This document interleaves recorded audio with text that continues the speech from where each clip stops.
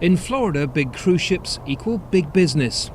Around 12 million passengers a year board cruise liners in South Florida alone, and the industry employs over 10,000 people locally. Pictures of a supercruiser lying on its side aren't good for business, although some tourists haven't been put off. It's a little bit like flying. You know that there are accidents that do happen, typically due to human error, but that doesn't stop people, at least not us and most people, I think, from taking a flight.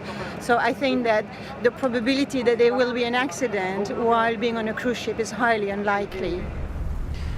It may be too early to tell if bookings will be affected, but experts say many passengers might not be fully aware of how much legal recourse they have. Because when you go on a cruise, you are agreeing to the terms and conditions contained in the cruise ticket contract, and that's about a 10-page document full of tiny little print that I would tell any reviewers to go look at so that they can see what I'm talking about.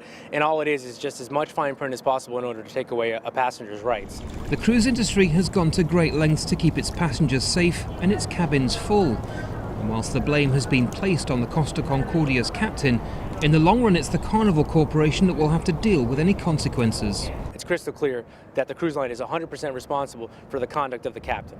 So while publicly they'll say it was the captain's fault and he was this rogue agent acting like a fool, but in reality, regardless of how he was acting, this conduct in the course of scope of his job, they're responsible for. Accidents on cruise ships are rare, but they can have a lasting impact. This business might now have to start rebuilding confidence at a time when ticket sales are already down.